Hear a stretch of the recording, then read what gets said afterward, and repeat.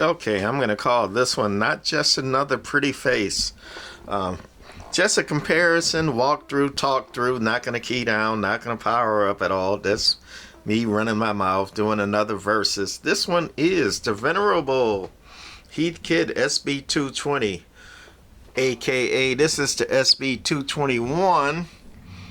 I just noticed the 221 in there under the nameplate, because I've just been going by the lack of 10 meters. The 221 had 15 through 80 meters, and the 220 did 10 through 80 meters. Had the 10. The later version, the 221, was just a 220, and during the FCC crackdown, they mandated that you couldn't sell an amplifier with 10 meters in it, so they got rid of all the 10 meter input and outputs, and they also put a thing called a filter on the input, which notched out 10 and 11 meters on the input side. I went through that before, but the versus is the Drake L7.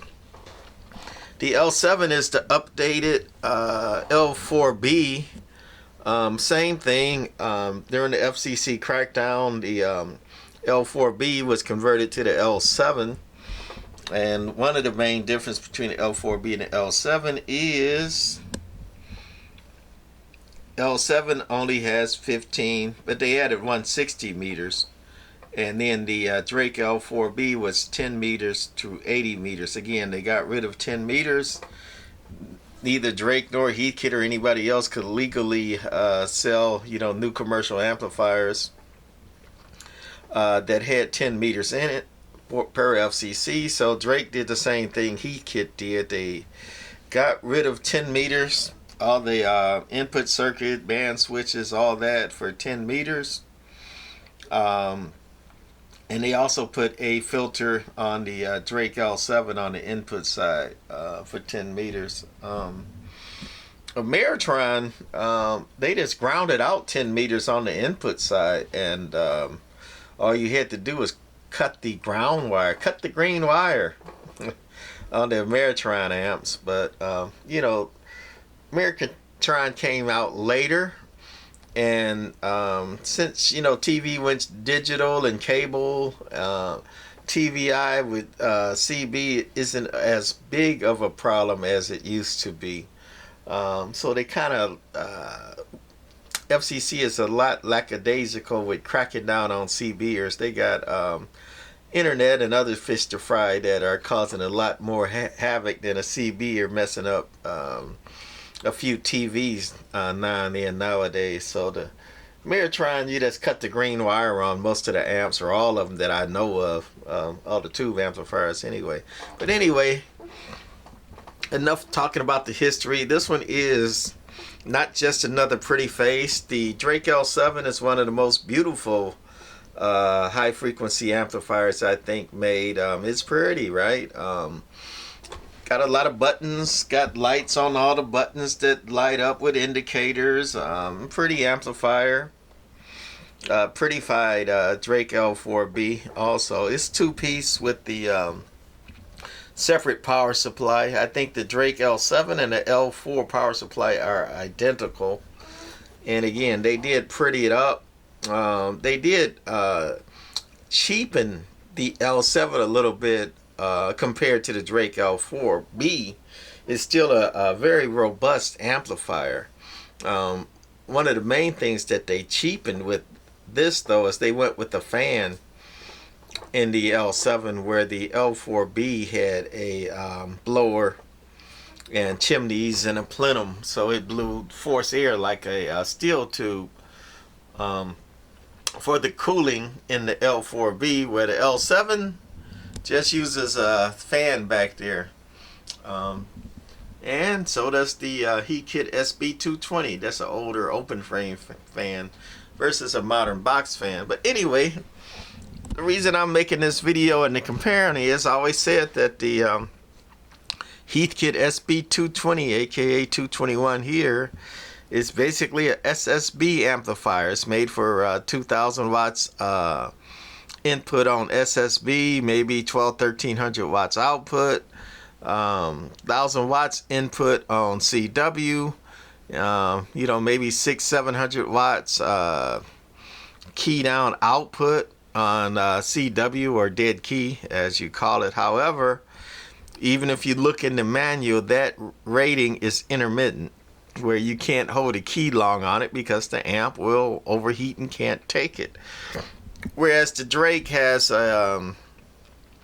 pretty much the same ratings, except you can hold the key a lot longer on the Drake. And the reason for this video, to compare these two, it's only so much you could do with a grounded grid amplifier with the same tubes, right?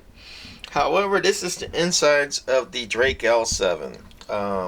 Forget the tubes because this one doesn't have them in it, but tank coil, right? For the Drake, that coil right there. Tank coil for the Heathkit. Plate choke for the Heathkit. That's the main one, and this is the second one. That's to block that RF from coming back through the into the power supply. So it lets these chokes let the DC, the high voltage, come in there. And don't do this at home. These are unplugged, unpowered, bled off, no power at all. That's why I can safely stick my finger in there, not plugged in.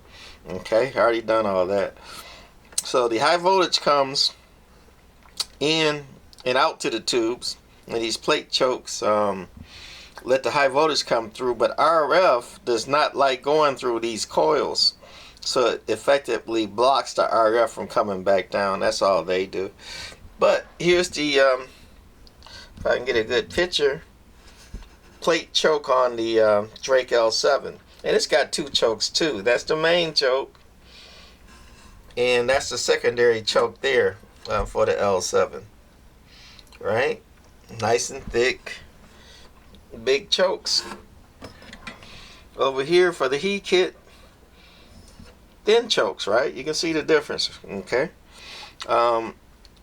Parasitic suppressors for the Heathkit.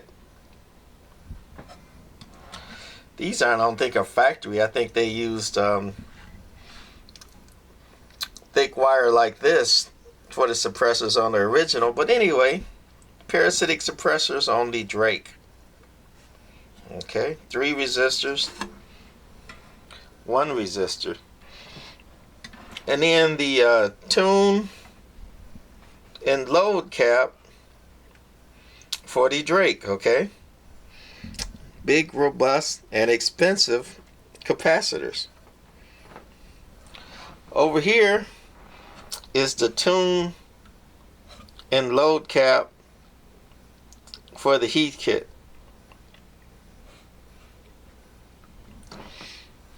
And last, well, I'm even going to look at the meters. The 2 panel meters for the Heathkit, 2 bigger panel meters for the Drake. Okay, more robust, bigger meter. And then the high voltage transformer for the Drake, for the Heathkit. Okay, internal. And over here is the filament transformer. Under here, separate filament. Filament's the same, you know. Filament, here's a tidbit. On filaments, you want the filament current, or the filament, you want the voltage and the amps to match the tubes, what you need. You don't run more amps coming out of the filament transformer than is necessary. So if the tubes run at 30 amps for a pair of 3500Z, you want the filament transformer to be 30 amps. Reason, well, you know why you don't want to go under the transformer would heat, but the reason you don't want to go over is because when a filament is first turned on, it's just like a capacitor bank. It's almost a dead short as far as the transformer and the current coming in when you first turn on the amplifier. So, you know, these tubes they want 15 amps each, so 30 amps at 5 volts. So you're going to have a 30 amp at 5 volt transformer. If you put something like a 50 amp or 100 amp transformer in there, sure, it'll be robust and last longer. However, every time you turn on the amp, you're going to have 100 amps or 50 amps, whatever transformer you have, surge going into these tubes, and that's just not a good thing. So you always want to match the current to your amplifier. So the filament transformers are going to be about equal. However, the plate transformer or the high voltage transformer, you want to have as much as you can get. It keeps the high voltage amperage more steady, the voltage more steady if you have more current on that. So here's the Heathkit, and I didn't take the cover off the Drake because it's kind of a pain in the butt. Hopefully you can see it in there. Trying to put my finger in there for a reference. It's, you know, over here, but it's a lot more robust. I would say 50% bigger with the Drake L7. So anyway, people say, why do manufacturers do this? Why do manufacturers do that? Cost. You know, I didn't look up the cost. I meant to, of what they sold for back in the day, but I'm betting this Drake L7 and the L4B series before, they cost twice as much as the Heathkit SB-220. And even though the Drake series is a much more better, more robust amp, both of these have been CB-retized, I call it, 10 meters only, but you can still see that that is a much more robust amp and should hold up a lot better, you know, a separate big giant power supply over here than this guy, right? You can see the difference literally. Even the weight, I did look up the weight before I got it. The Heathkit SB-220 was 50 pounds. I believe the see, I forget already, but I think the deck was 27, and I think the power supply was 36, if I remember right. It was like 62 pounds altogether, right? Much more robust amp. And just going back to cost and everything, what's the most popular amplifier? What's the most one sold? What's the one people know about and people buy? They buy the cheap one. They would get the SB-220, push it, you know, it would do the watts. If you push it hard, it'll do it, but not for long. You're going to push it hard, that one will last a lot better. However, it costs more money. So what do people do? They're going to buy the Heathkit and be happy.